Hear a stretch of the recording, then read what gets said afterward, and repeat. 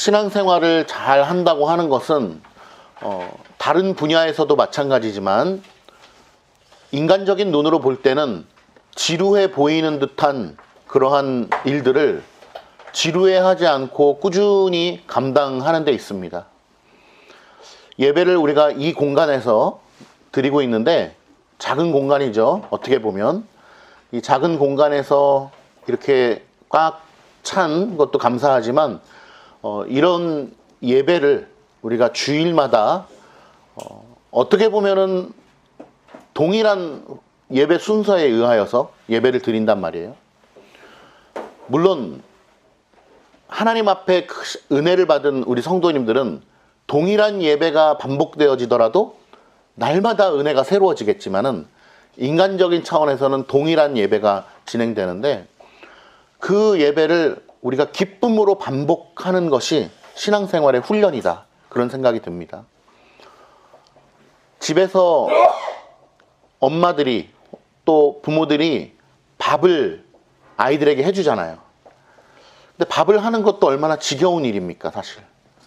더 이상 무슨 반찬을 해야 될지 알지 못하는 그런 상황 속에서도 또 해낸단 말이죠. 수십 년을, 그죠? 그러나 수십 년을 그 밥을 해내서 가족들을 먹이는 그 과정이 있기 때문에 가족들이 건강하게 또 자라갈 수 있는 것이고, 운동도 마찬가지입니다.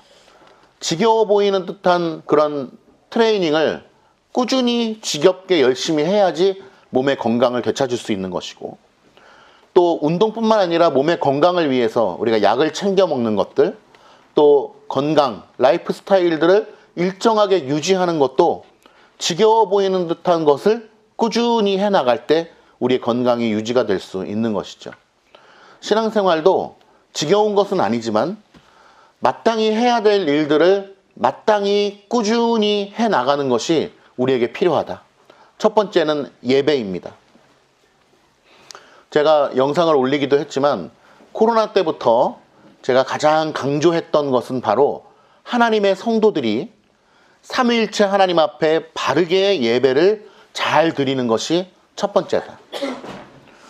오늘 10월 27일 한국교회는 광화문과 삼각지, 서울역을 비롯한 그 일대에 100만 명이 모이게 됩니다.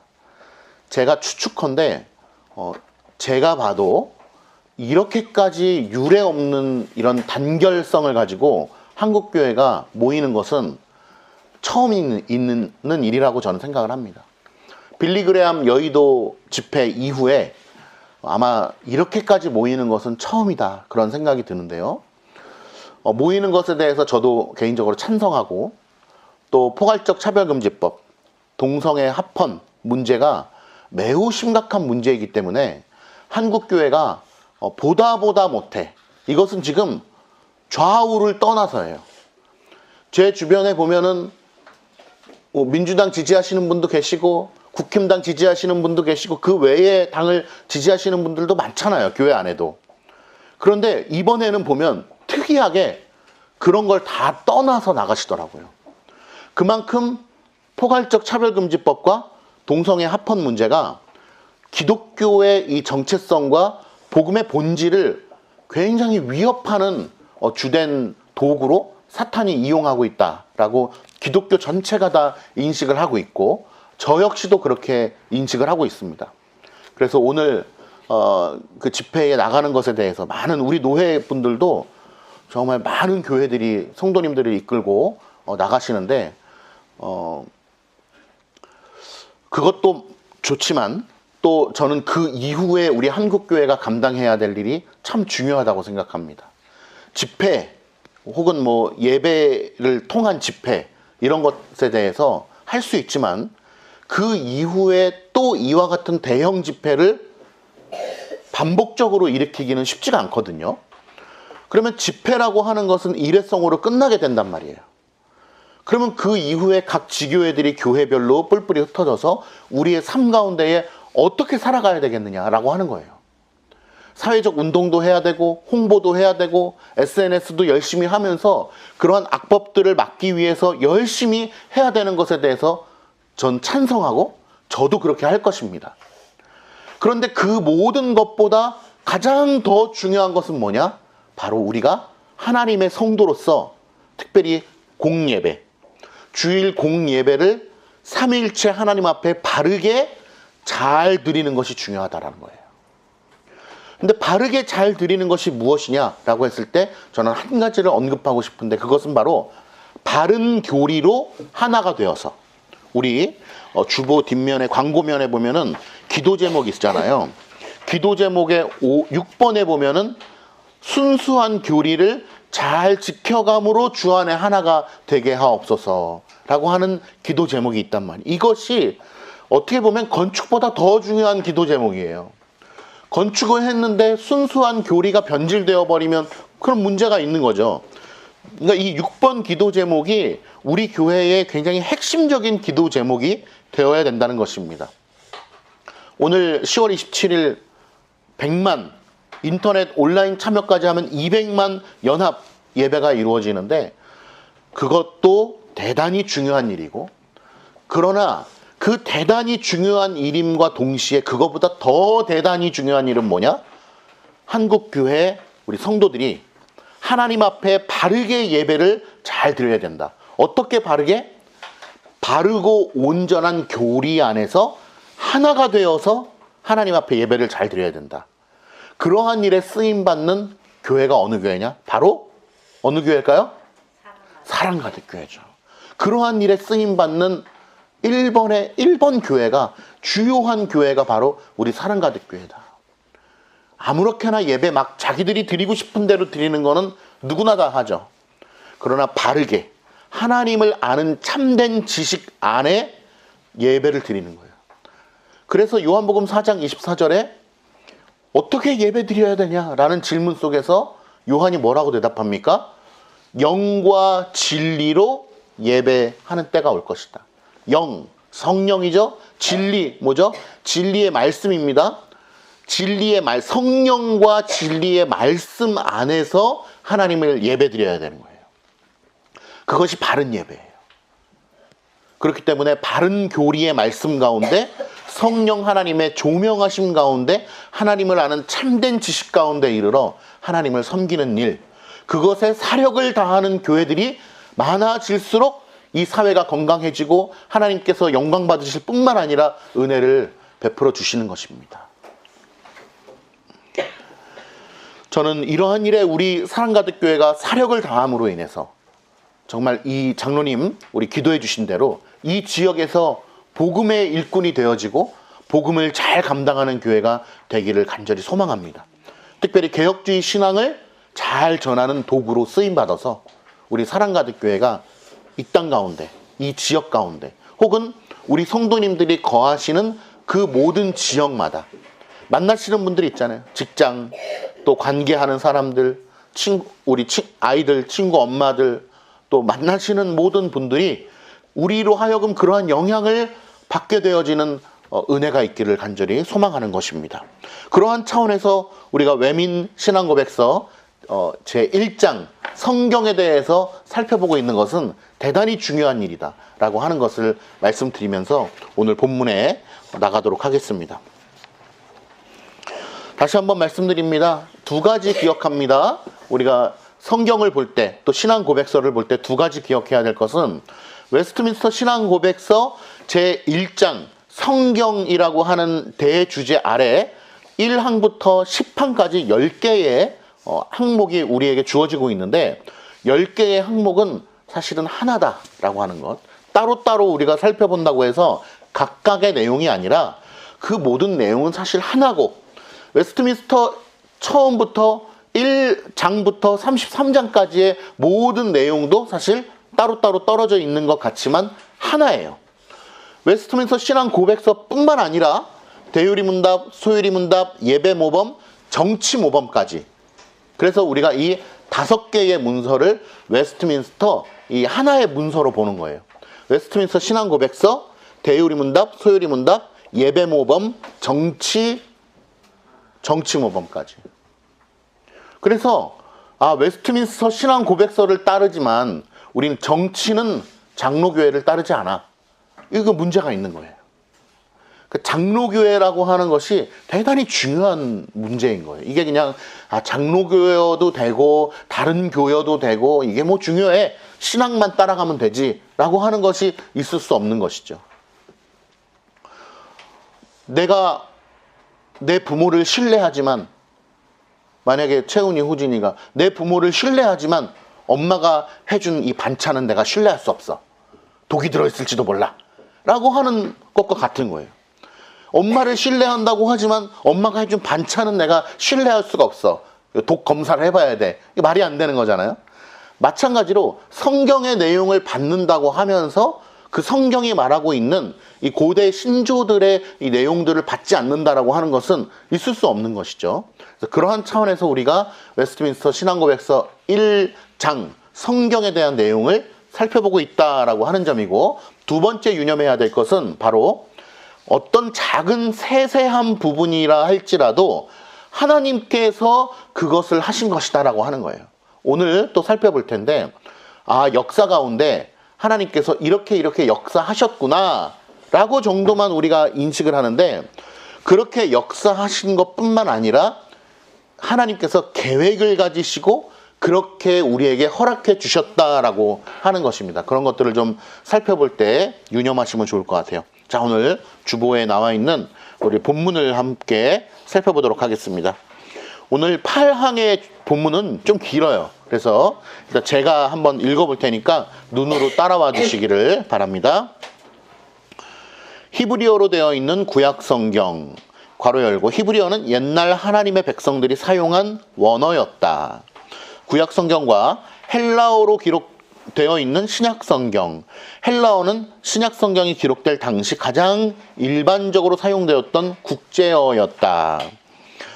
이 신약 성경은 하나님에 의해 직접 영감되었고, 직접 영감, 아주 중요한 말이죠. 또한 하나님의 비상한 보호와 섭리에 의해, 하나님의 비상한 보호와 섭리, 오늘 설교에 있어서 대단히 중요한 어구거든요. 그래서 밑줄 그어주시면 좋을 것 같아요. 의해 예나 지금이나 순전하게 보존되었기 때문에 신임할 만하다. 뭐가? 성경이. 그러므로 모든 종교적 논쟁에 있어서 교회는 최종적으로 성경에 의존해야 하는 것이다. 일단 읽어보겠습니다. 그러나 그 원어들이 모든 하나님의 백성들에게 다 알려져 있는 것은 아니다. 그런데 하나님의 모든 백성들은 성경에 대한 권리와 관심을 가지고 있으며 하나님을 경외하는 마음으로 성경을 읽고 연구하도록 명령받았다.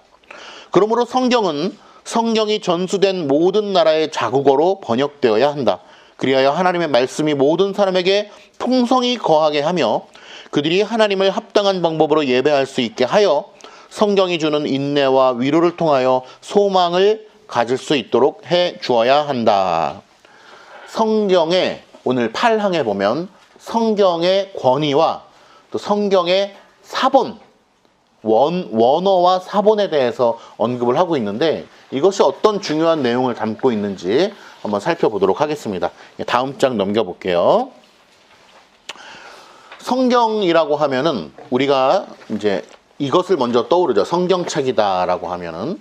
근데 성경과 성경책, 뭐 다른 말이 있을까요? 이렇게 생각할 수 있지만은 좀 구분을 해보려고 합니다. 뭐냐면 1번 도입에 보면 엄밀히 말하면 성경은 오직 하나다. 제목을 이렇게 써놨는데요. 한번 읽어볼게요. 우리가 아는 성경은 여러 가지가 있습니다. 첫 번째는 한국어 성경이 있죠. 영어 성경도 있을 것입니다. 각 나라 말로 번역된 성경들이 있죠.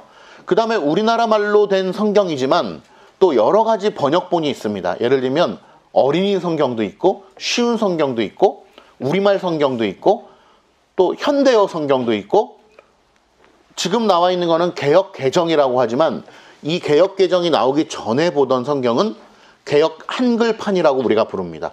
뭐 무슨 의미가 있겠냐마는 아무튼 그렇게 이름이 붙여져 있었어요. 그러니까 개역 한글판 1980년대 90년대 초까지 보던 성경은 옛날 말이 많이 나와 있죠. 예를 들면 대표적으로 아는 것이 하나님께서 말씀하시되, 이 말이 뭐라고 나와 있죠? 하나님이 가라사대 이런 식으로 나와 있는 거예요. 그래서 그런 말들이 현대어로 조금 번역된 것이 이제 개역 개정이고 여러 가지 번역본들이 있어요. 그리고 또 우리 개신교회 안에서만 이런 번역본이 있는 것이 아니고 개신교회에서 보는 게 있고 또 우리랑 완전히 다른 종교라고 볼 수 있는 로마 카톨릭이 보는 성경이 또 따로 있어요. 그런 성경도 있고 또 정교회가 보는 성경도 있고 번역이 다르니까요. 또 요즘에 문제가 되는 흠정역, 그죠? 흠정역 KGB 성경도 있습니다. 네, 그런 여러 가지 역본이 있는데 우리가 엄밀히 말하면 성경은 단 한 권이다라고 하는 것입니다. 왜죠? 바로 성령의 연필로 사용된 하나님의 사람들에 의해서 양피지 혹은 우피지의 잉크로 기록한 그 원본 성경을 우리는 성경이라고 말하는 것이기 때문에 그랬어요.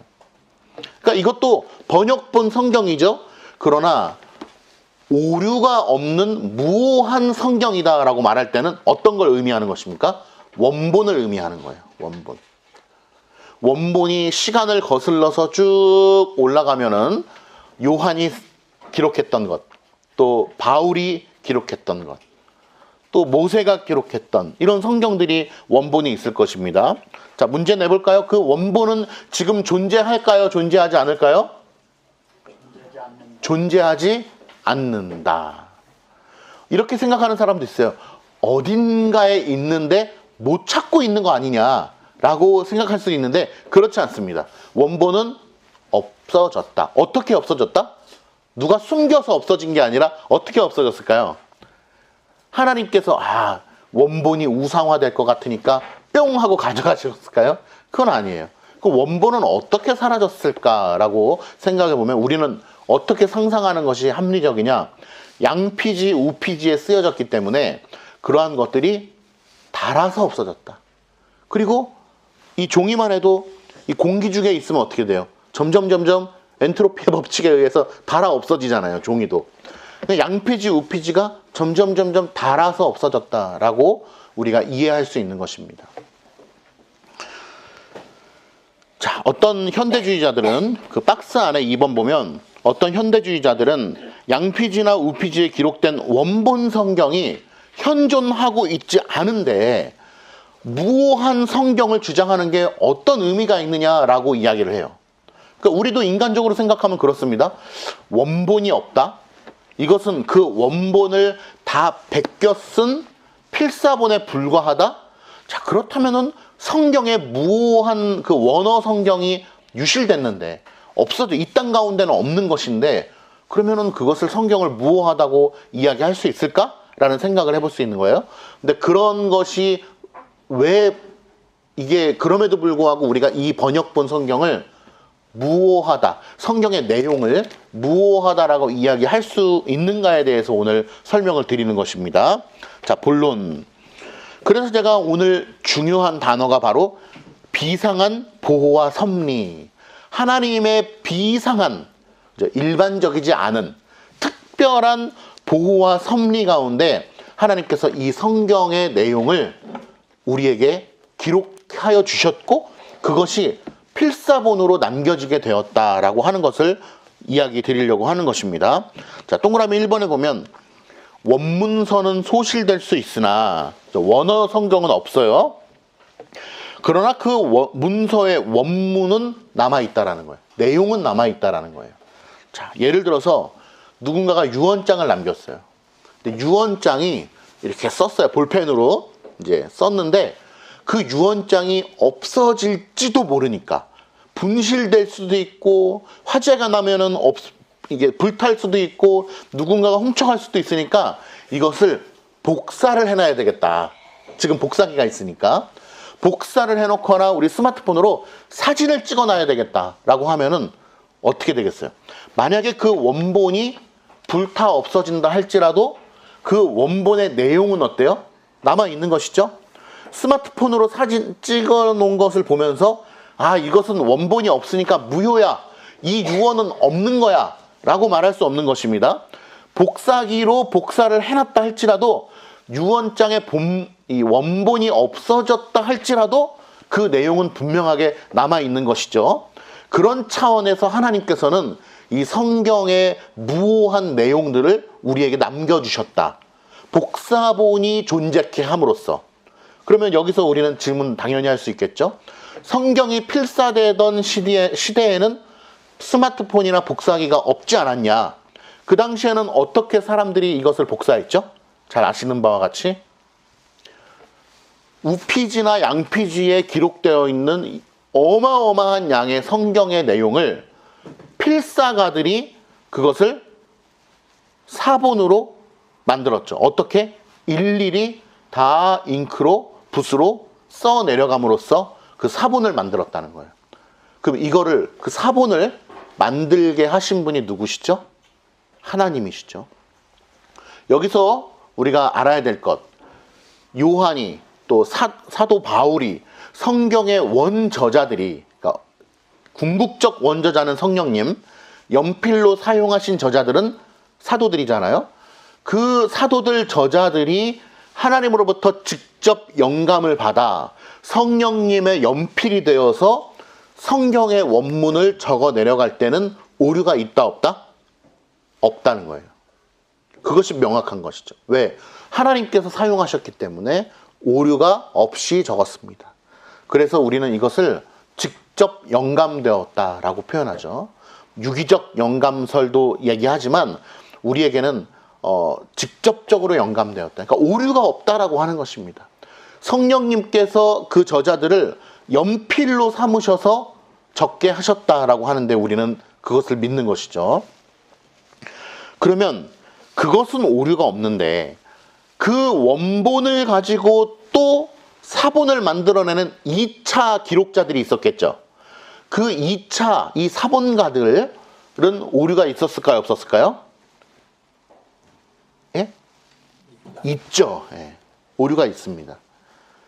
인간이기 때문에 원본, 오류가 없는 원본을 이제 복사로 해서 이제 적어 내려가는 그 사람들에는 오류가 있다. 자, 그럼 여기서 질문. 원저자, 그러니까 사도 바울이나 요한이나 이런 사람들에게 오류가 없게끔 하신 분이 누구죠? 하나님이죠. 100%예요. 그러니까 하나님의 능력이에요. 전능하신 하나님의 능력이에요. 자, 그럼 두 번째 이 사본을 만든, 원본은 여기 있어요. 두 번째 사본을 만들려고 이제 붓으로 써가는 그 사본가, 필사가에게는 오류가 있다 그랬죠. 그럼 이 사람에게는 오류가 있게끔 하신 분이 누구시죠? 하나님이시죠. 여기는 오류가 없게끔 하셨고 여기는 오류가 있게끔 하셨다. 이렇게 생각할 수 있잖아요. 성경을 처음부터 끝까지 내가 필사를 하는데 하나도 틀리지 않고 쓸 겁니다. 제가 노력해서 절대로 하나도 안 틀리고 검토하고 검토해서 하나도 안 틀리게 절대적으로 100% 내가 사본을 만들겠습니다 라고 맘먹을 수 있잖아요. 그 사람이. 그런데 누가 오류가 있게 하셨다? 하나님이 오류가 있게 하셨다라는 거예요. 이게 놀라우신 하나님의 섭리인 것 같아요. 그러니까 저도 끊임없이 궁금했어요. 하나님께서는 전능하시니까 사본가들에게도 오류가 없게끔 적게끔 하시면 우리가 지금 보고 있는 이 번역본이 오류가 없는 무오한 성경일 수 있지 않겠냐라는 질문을 가졌는데 그렇지가 않더라고요. 하나님께서는 두 번째 원문을 이제 베껴 쓰는 이 필사가들에게는 오류가 있게끔 하셨다라고 하는 거예요. 그것이 우리에게 팩트로 먼저 주어져야 되는 것입니다. 그럼 세 번째 그것을 옮겨 적는 사람도 오류가 있다 없다? 있다. 누가 있게 하셨다? 하나님께서 오류가 있게 하셨다. 이게 놀라워요. 하나님께서는 우리가 지금 보는 한국어 번역본도 오류가 없게끔 만들어 주실 수 있는 분이시죠. 그런데 두 번째 필사가서부터는 오류가 있게끔 하셨다라는 거예요. 인간의 연약한 그 모습 그대로. 자, 그러면 왜 그렇게 하셨는가를 한번 살펴보는 거예요. 그럼에도 불구하고 오류가 있고 또 전해지고 언제까지 오류가 있게 하셨냐? 종교개혁이 일어나는 순간까지 필사가들로 하여금 필사를 할 때, 사본을 만들 때 오류가 있게끔 하셨다라는 거예요. 그러니까 언제부터 더 이상 변질이 되지 않도록 하셨냐? 종교개혁 때부터. 종교개혁 때부터는 왜 더 이상의 변질이 없죠? 그때 뭐가 나왔기 때문에? 인쇄술이 발견되었기 때문에. 종교개혁이 일어날 수 있었던 이유가 무엇입니까? 인쇄술이죠. 인쇄술. 그래서 성경을 찍어낼 수가 있었던 거예요. 물론 종교개혁보다 더 먼저 인쇄술을 발견한 나라, 어느 나라? 호진아 혹시 아니? 엄마 쳐다보지 말고. 채은이 혹시 아니? 로운이 혹시 아니? 종교개혁보다 더 먼저 인쇄술을 발견한 나라 어디? 한국. 맞아요. 한국. 8만대장경 들어봤지? 8만대장경을 통해서 인쇄술, 찍어내는 인쇄술을 우리나라가 더 먼저 발견했는데, 아무튼 그렇습니다. 그래서 종교개혁 때까지 필사가들로 하여금 쓰게 하셨다라고 하는 거예요. 종교개혁 이후에는 그래서 더 이상의 필사로 말미암는 변질은 중단되었다라고 하는 거예요. 자, 그럼 그때까지 변질이 되었으니까 이 내용은 그러면은 하나도 권위가 없는 번역본 아니에요? 필사본 아니에요? 근데 그것이 아니다라고 하는 거예요. 자, 보세요. 오늘 이 주보 4페이지에 동그라미 3번, 본론의 동그라미 3번 보시면은 도표가 하나 그려져 있습니다. 얼핏 보면 뭐 나무처럼 생겼는데요. 맨 왼쪽에 보시면은요, 이게 눈에 잘 안 보이실 수 있는데, A가 있죠? A. 나무 뿌리 같이 생긴 부분에 보면은 A가 있어요. 그 A가 뭐냐면 원본입니다. 하나님께서 사도들로 말미암아 기록하게 하신 원본. 그러면 그 위에 뭐라고 써 있어요? 호진아, 안 보고 있어요? X라고 써 있어요. 그 X가 뭐냐면 원본이 유지된 기간을 얘기하는 거예요. 그러니까 원본이 유지된 기간이 있을 거 아니에요. 달아 없어지기 전까지. 그때 원본을 유지케 하셨다. 자, 그리고 나서 원본이 유지되고 있을 때 그것을 베껴 쓴 사본가들이 있겠죠. 그 사본가들이 누구냐면은 B, C, D라고 해가지고 오른쪽 첫 번째 가지가 열린 사람들이에요. 그 사람들이 사본을 베껴 썼을 것입니다. 자, 여기서부터 오류가 있다 없다? 있다라는 거예요. 누가 있게 하셨냐? 하나님께서 오류가 있게끔 하셨다. 오류가 없게 하실 수도 있는데 오류가 있게 하셨다라고 하는 거예요. BCD. 자, 근데 여기서 우리가 그림에는 BCD만 있지만 실제로 원본을 가지고 사본을 만들어간 사본가들은 몇 명 정도 되었을까요? 아니요. 수천 명 이상. 그러니까 원본이 여기 존재하고 있어요. 이 원본을 이제 우리 빨리 사본을 만들자. 우리 같으면 복사기로 딱 만장 돌려. 이렇게 하면 끝나는데 그 당시에는 수천 명의 사본가들이 이 성경을 베껴 쓰기 시작한 겁니다. 자, 그러면 첫 번째 사본가에 의해서 어딘가에 오류가 있을 수 있겠죠? 두 번째 사본가에 의해서 또 다른 곳에 어떤 곳에 오류가 있을 수 있겠죠? 세 번째, 네 번째에서 아마 인간이기 때문에 모두가 다 오류가 있었을 겁니다. 그런데 그 오류가 어떤 오류냐? 성경 자체를 뒤바꿔버리는 오류가 아니라 하나님의 비상한 은혜의 섭리에 의해서 조금씩 틀리는 거예요. 어떻게 조금씩 틀리냐? 맞춤법이 하나씩 틀린다든지, 그리고 단어가 정말 이 수많은 성경의 내용 중에 단어가 하나 빠진다든지. 신약 성경 전체를 사본으로 복사를 해서 손을 써가는데 그 중에 어디 뭐 디모데 후서 3장 17절 한 군데 빠뜨린 거야. 예를 들면 나머지 다 정말 신경 써가지고 그 사본가들이 어땠어요? 하나님이라는 이름을 쓰기 위해서 목욕제기하고 오고 했잖아요. 그거 아시잖아요. 그러한 자세로 필사를 했단 말이에요. 그렇기 때문에 하나 틀리고 또 여섯 번째 사본가가 하는데 또 다른 군데 맞춤법 하나 틀리고 단어 하나 빼먹고, 이게 어떻게 몇 명이다? 수천 명 이상이 이 필사를 하기 시작했다는 거예요. 하나님의 성경을 남기기 위해서. 그러면 하나님께서 조금씩 틀리게 하셨는데 그것을 받아보는 수많은, 너 인기가 많네요. 수많은 성경을 접하게 되는 하나님의 사람들로 하여금 그 조그만 토씨가 틀린 거를 보면서 아, 이거는 틀렸네 라고 알 수 있도록 하셨는데, 첫 번째 알 수 있도록 해주셨던 이유가 뭐냐. 첫 번째, 그 당시 유대인들 말고 그 외에 사마리아와 땅끝까지 이르러 복음을 전해야 되잖아요.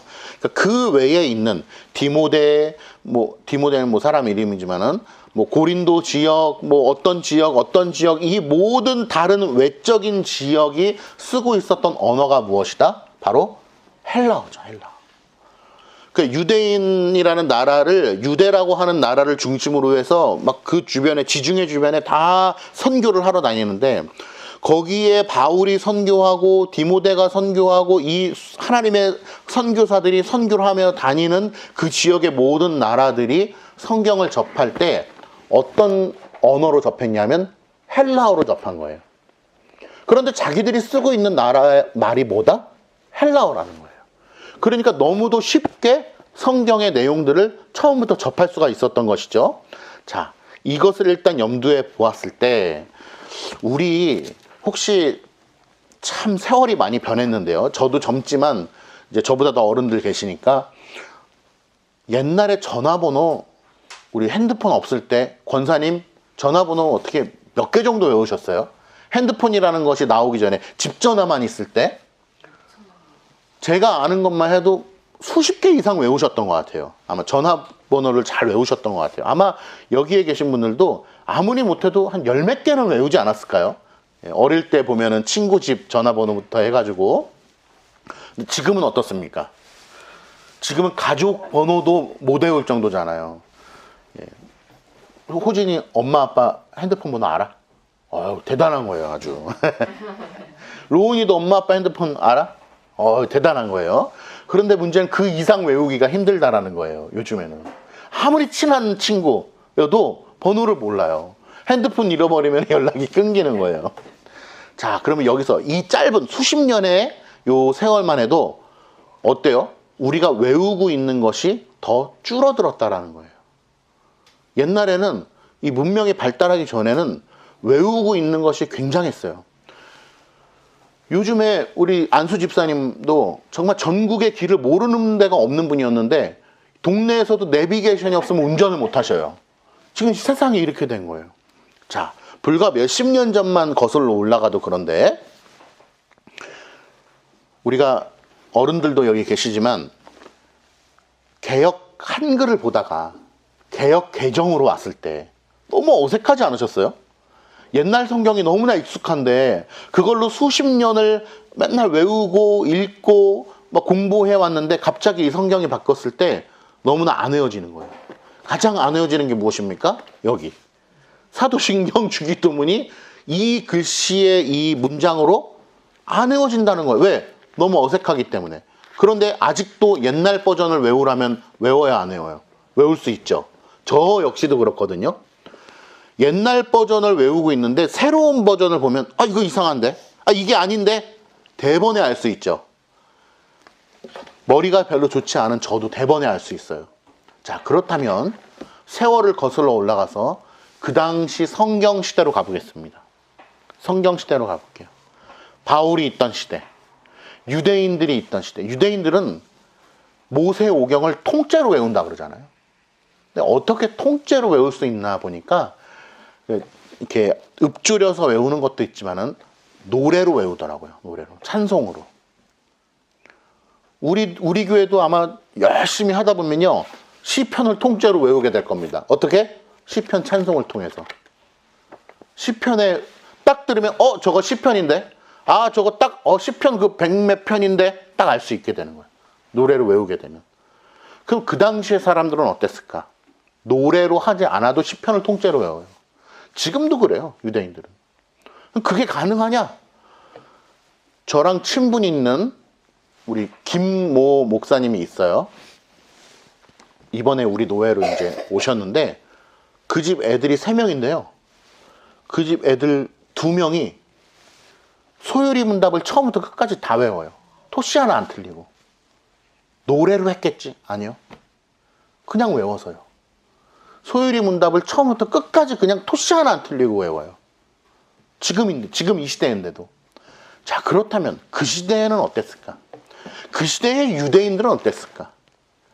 지금도 유대인들이 그러는데 그 시대에 우리 이 복음을 맛보게 된 사도 바울, 그리고 스데반 집사, 아니 베드로, 그 밑에 제자들, 복음을 정말 뜨거운 가슴으로 맛보게 된 그 사람들은 이거를 어느 정도로 익숙하게 외우고 있었을까요? 성경을. 우리가 상상하기 힘들 정도로 아마 외우고 읽고 느끼고 암송하고 날마다 읽고 했었음이 분명하다는 것입니다. 그러한 시대적 배경 속에 하나님께서는 사본의 성경을 읽어내려가는 성도들로 하여금 토시가 틀렸을 때, 어떤 사본가에 의해서 틀린 부분을 발견했을 때 이건 틀렸네 라고 알 수 있게끔 하셨다라는 거예요. 그러니까 사본의 상에는 이제 우피지에다가 옮겨 적은 거에는 틀렸어. 단어가 하나 빠졌어요. 그런데 그 당시의 성도들로 하여금, 많은 신실한 성도들로 하여금 옛날 우리 사도신경 볼게요. 전능하사 천지를 만드신 하나님 아버지를 내가가 빠지고 믿사오며 돼 있어. 그럼 여러분도 어때요? 이거 내가 빠졌네. 이거 분명히 내가가 있어야 되는데 빠졌어. 라고 하면서 어떻게 확인할 수 있습니까? 다른 사본들을 찾아볼 수 있겠죠. 다른 사본들이 수천 개가 넘는다고 했잖아요. 딱 안 찾아봐도 알지만 찾아보면 어때요? 원문에는 이 내가 보고 있는 사본에는 내가가 빠져 있지만 다른 모든 사본에는 다 내가가 첨가되어 있는 걸 보니 원문에 내가가 있었음이 분명하구나 라고 깨달을 수 있는 거예요. 근데 그 깨닫는 정도가 우리가 이렇게 하나하나 대조해봐서 깨닫는 정도가 아니고 딱 들으면 아는 거예요.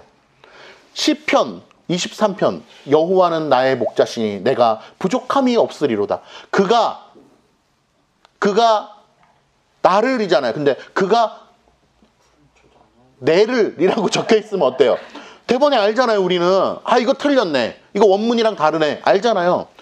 그 당시에 신실한 우리 유대인들, 또 그 당시에 신실한 헬라 교인들로 하여금 하나님은 딱 보면 알 수 있게끔 비상한 은혜 속에, 섭리 속에 원문을 보존하게끔 하셨다라는 거예요.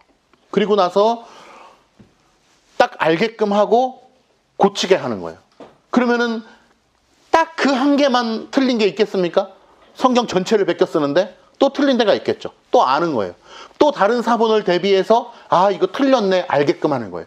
이러한 방식을 통해서 하나님께서는 원문의 내용들이 오류가 없는 것은 아니지만, 그러니까 베껴 쓴 사람들은 오류가 분명히 있지만, 그러한 여러 가지 방식을 통해서 마치 유언장이 복사되어서 원문의 페이퍼는 유실이 돼 있지만 그 내용만은 분명히 진짜 내용의 문서로서 보존되고 있는 것처럼, 하나님께서는 사본가들의 그러한 실수를 이용해서라도 이용해서 또 그것을 받아들이는 신실한 성도들의 이 비상한 암기력을 이용하셔서 하나님은 원문이 유지될 수 있도록 그 시간들을 허락해 주셨다라는 거예요. 이게 놀랍지 않나요?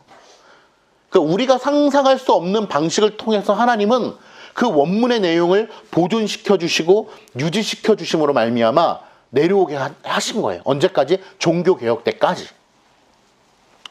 그리고 종교개혁 때는 그것이 이제 인쇄술이 발달되면서 더 이상의 변질이 막게 되어진 거죠. 그리고 이 사본학이라고 하는 것은 지금도 여전히 연구되어지고 지금도 여전히 계속해서 찾아내지고 있는 거거든요. 더 오래된 사본이 찾아지고. 그래서 우리가 배운 이렇게 신학의 내용을 계승받고 있는 그런 김영규 교수님 같은 경우만 해도 여러 가지 경로를 통해서 굉장히 오래된 사본을 수집하여서 가지고 계시고 그래서 연구하는 단계에 있어요. 연구하다 보니까 정말 우리가 들어보지 못한 내용들이 많이 나오기도 하는데, 그렇다. 하나님께서는 이 사본의 은혜를 통해서도 우리에게 원본을 유지하게 하셨다라고 하는 것입니다. 이것이 얼마나 귀하고 복된 내용이고, 다 자국어로 이제 번역되어진 성경을 우리가 보는데, 그래서 우리가 한국어 성경을 이렇게 보고 있지만 번역에 오류가 있고 사본에 오류가 있을 수 있지만, 그럼에도 불구하고 이 성경의 내용을 우리가 신뢰할 만하다, 안 하다? 신뢰할 수 있는 내용이다라고 하는 거예요. 신뢰할 수 있는 하나님의 말씀이다라고 하는 것입니다. 그래서 여러 가지 과정을 거쳐서 결국 사본이지만 우리는 이것이 하나님의 말씀인 줄 알고 받아들이는 데 있어서는 전혀 문제가 없다라고 하는 차원에서 하나님께서 우리에게 은혜를 베풀어 주신 겁니다. 주보 5페이지 한번 볼게요. 결론. 8항의 결론입니다. 결론을 위한 질문들.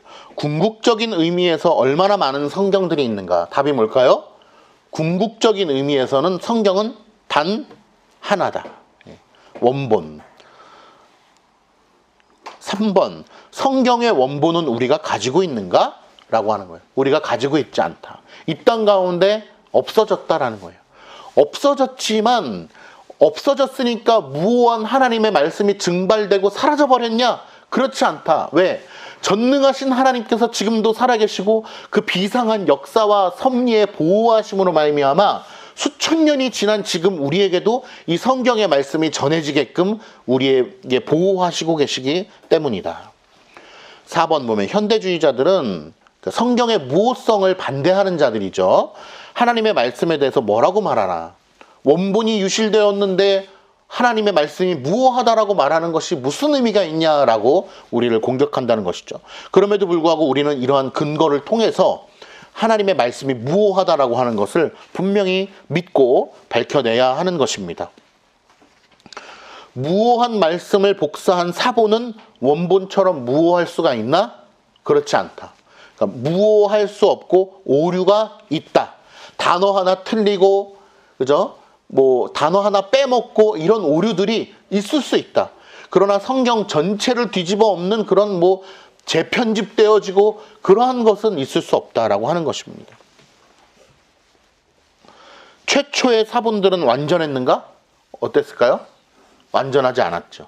원본만이 완전한 것이고 그 다음부터 2차적으로 사본을 만들어내는 사람들은 오류가 있다. 그러나 수천 개의 사본, 그 사본의 사본이 또 수천 개, 두 번째 사본의 사본이 수천 개, 이런 식으로 하나님의 말씀의 이 사본이 만들어짐으로 인해서 그 원본을 유지케 하셨다라고 하는 것입니다. 그 다음에 한번 9항을 살펴보도록 하겠습니다. 9항은 짧으니까 한번 같이 읽어볼게요. 자, 이제 검은색 박스 안에 들어있는 9항. 시작.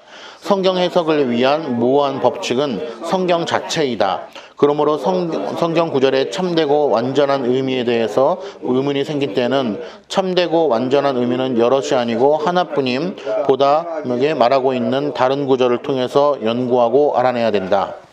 간단한 원리인데요. 자, 성경의 권위가 최상위층에 있죠. 하나님의 말씀입니다.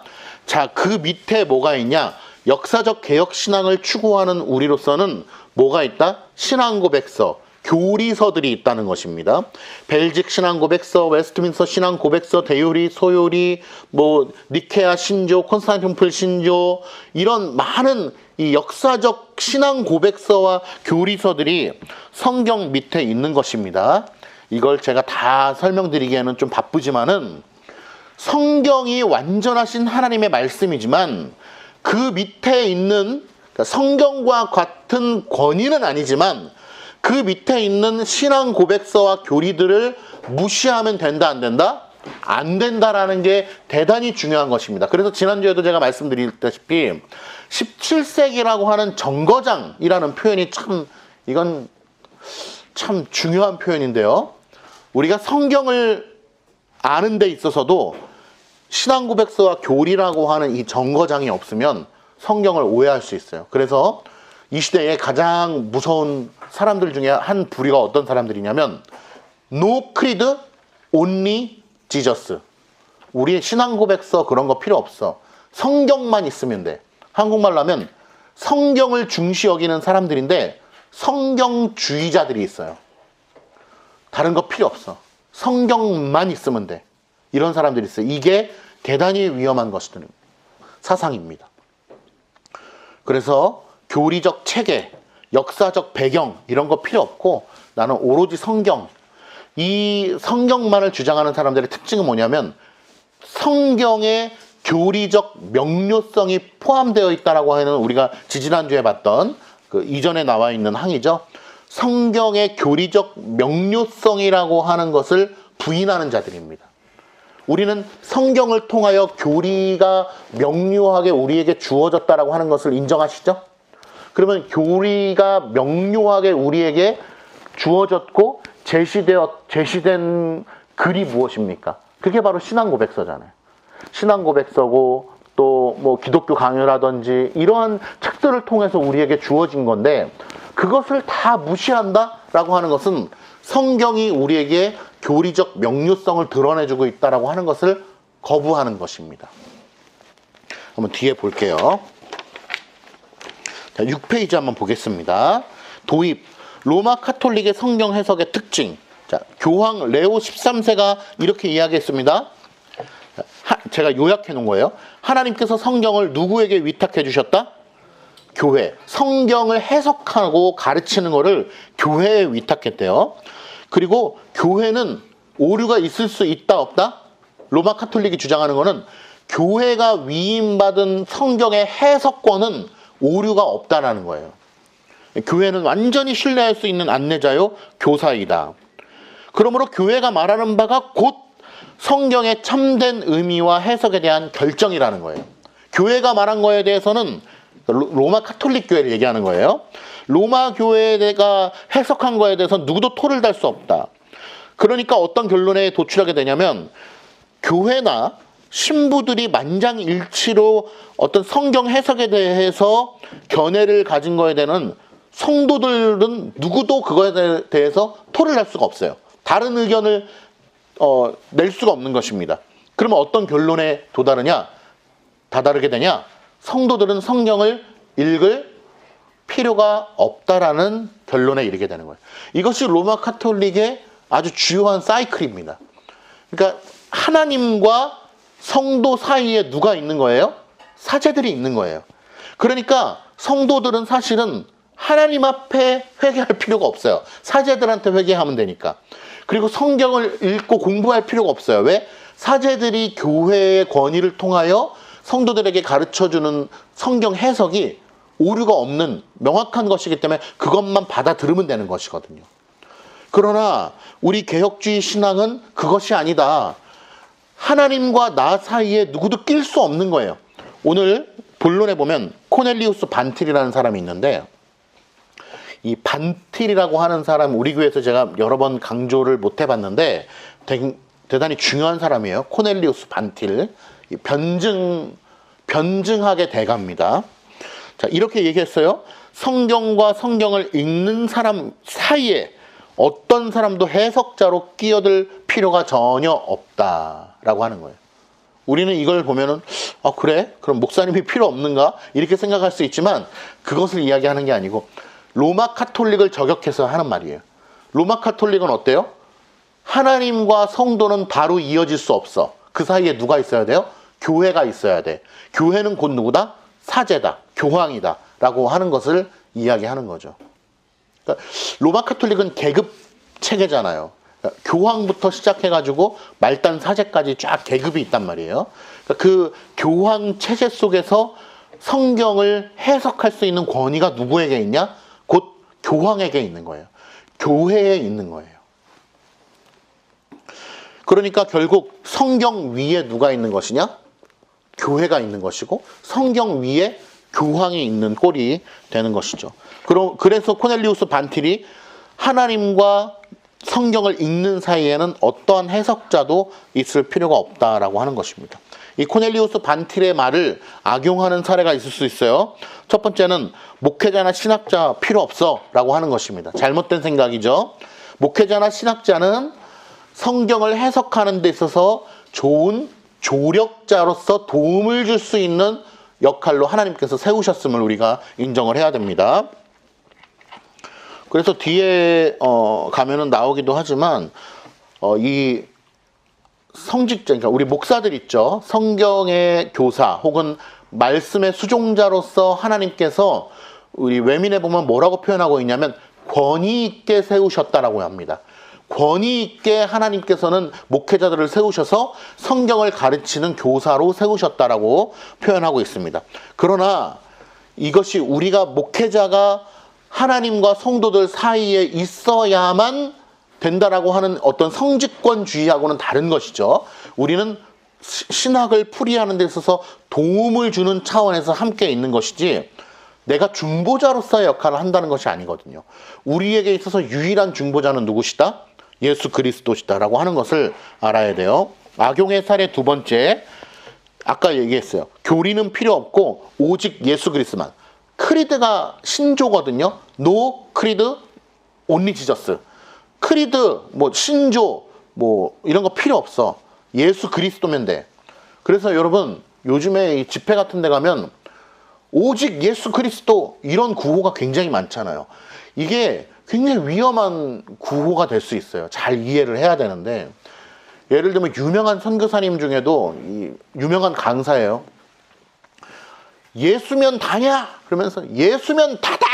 그러면서 막 이 복음을 선포하는 아주 유명하고 훌륭하신 분이 계세요. 근데 이 교리적 내용이 결여된 상태에서 이 예수 그리스도, 온리 예수 그리스도만 외치는 것이 굉장히 위험할 수 있다라고 하는 것을 인식을 해야 돼요. 그래서 우리가 늘 하나님을 표현할 때 성삼위일체 하나님이라고 표현하는 게 다 이유가 있는 것입니다. 삼위일체 하나님. 우리 예배는 누구에게 드리는 거예요? 삼위일체 하나님께 드리는 거죠. 예배는 성부께 드리고 이 예배를 도와주시는 분은 성령님이시고 누구의 이름으로? 예수님의 이름으로. 각자 따로따로. 그러니까 이게 삼위일체 하나님의 이 하나되심과 또 고유적 이 활동에 대해서도 좀 잘 이해를 해야 되는데, 제가 몇 번 말씀은 드렸는데 앞으로도 또 자세히 말씀을 드리도록 하겠습니다. 예, 그래서 오직 그리스도만 외치면서 교회의 위대한 신조들을 무시하는 행위는 결코 있을 수 없다라고 하는 거예요. 그러니 사랑 가득 교회는 성경의 권위를 최우선으로 두고 있지만 이 성경을 잘 우리에게 설명해주고 있는 각 시대별로 있었던 신조들과 신앙 고백서들을 우리는 중요시 여기고 공부해야 될, 연구해야 될 의무가 있는 자들이다. 그런 차원에서 우리는 지금 어떤 신앙 고백서를 공부하고 있는 거예요? 웨스트민스터 신앙 고백서를 공부하고 있는 것이고, 초두에 말씀드렸지만 웨스트민스터 신앙 고백서뿐만 아니라 대의리 문답, 소유리 문답, 어렵죠?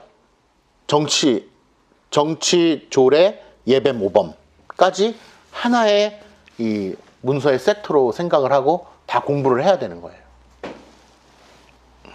자, 결론. 성경은 성경 자체로 해석된다. 동시에 교회 안에서 말씀을 가르치기 위해 권위 있게 성직에 임명된 말씀의 사역자들이 있어야 된다. 앞에 문장과 뒤에 문장이 상충되는 것 같아요. 성경은 성경 자체로 해석되는데 그럼에도 불구하고 또 말씀의 수종자들이 옆에서 우리를 도와줘야 된다라고 하는 것이 동시에 있는 것입니다. 개혁주의 신앙의 이 주요한 내용들은 참 상충되는 것 같은 모습이 있지만 동시에 우리가 이해해야 되는 것들이 많이 있습니다. 오늘 9항까지 살펴봤고요. 다음 주에 10항을 잠시 살펴보고 이제 2장으로 넘어가도록 하겠습니다. 성경의 권위, 또 성경의 사본학, 성경이 우리에게 있어서 어떠한 권위를 갖는가. 성경은 성경 그 자체로 해석이 되어지고, 오늘 본문에 읽은 것처럼 모호한 성경의 본문들은 더 명확하게 설명해주고 있는 병행 구절을 통해서 우리는 성경을 해석할 수 있는 것입니다. 성경에 대해서 성경의 자증성, 성경 자체로 권위가 있는 것이다. 이것은 단순히 믿음의 내용뿐만 아니라 객관적인 것이다.